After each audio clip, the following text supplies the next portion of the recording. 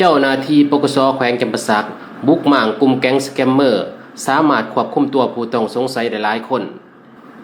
อิงตามการรายงานของเจ้าหน้าที่วิชาเฉพาะแผนกตำรวจคุ้มครองคนต่างประเทศห้องสันติบาลปกส.แขวงจำปาสักให้ฮู้ว่า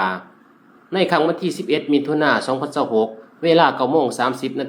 เจ้าหน้าที่วิชาเฉพาะแผนกตำรวจคุ้มครองคนต่างประเทศห้องสันติบาลปกส.แขวงจำปาสักไล่รับการรายงานจากพลเมืองดีว่าอาจมีการก่ออาชญากรรมผ่านระบบคอมพิวเตอร์อยู่เขตบ้านหัวแส่เมืองบาเจียงเจริญสุขแขวงจำปาสักจากนั้นจึงได้ขอทิศชี้นำจากผู้บัญชาพร้อมรวมกำลังพลวิชาเฉพาะสมทบกับกองบัญชาการปกส.เมืองบาเจียงเจริญสุข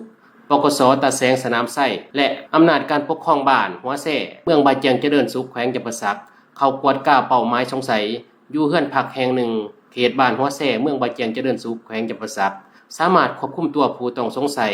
ได้50 คนสัญชาติจีน48 คนสัญชาติลาว2 คนพร้อมเครื่องของกลางคอมพิวเตอร์ต่างโต๊ะ32 หน่วยโทรศัพท์152 หน่วยเครื่องรับใช้อื่นๆอีกจำนวนหนึ่งส่วนคดีดังกล่าวยังอยู่ในขั้นตอนดำเนินการสืบสวนสอบสวนของเจ้าหน้าที่วิชาเฉพาะ